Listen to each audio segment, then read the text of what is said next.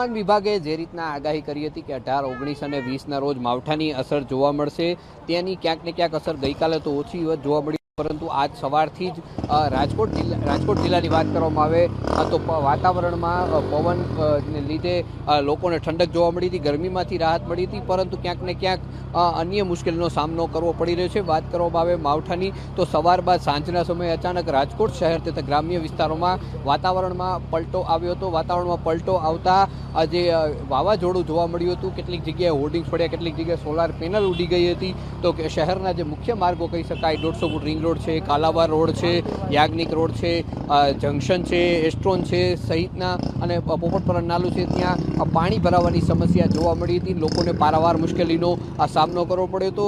જે રીતના વાત કરવામાં આવે કે આ માવઠું છે તેને લઈ જે કેટલાક ઉનાળાના જે પાક થતા હોય છે તેમાં પણ નુકસાનીનો સામનો કરવાનો લોકોને વારો આવ્યો છે. સાથે સાથે વાત કરવામાં આવે મોરબી જિલ્લાની તો મોરબી જિલ્લાના માળિયા તાલુકામાં જે નવલખી બંદર છે ત્યાં પણ કેટલાક મીઠાના ઉદ્યોગો આવેલા છે. આ વાવાઝોડાને લીધે દરિયામાં કરંટ આવતા મીઠાના ઉદ્યોગોને પણ મોટા પ્રમાણમાં નુકસાની સહન કરવાનો વારો છે.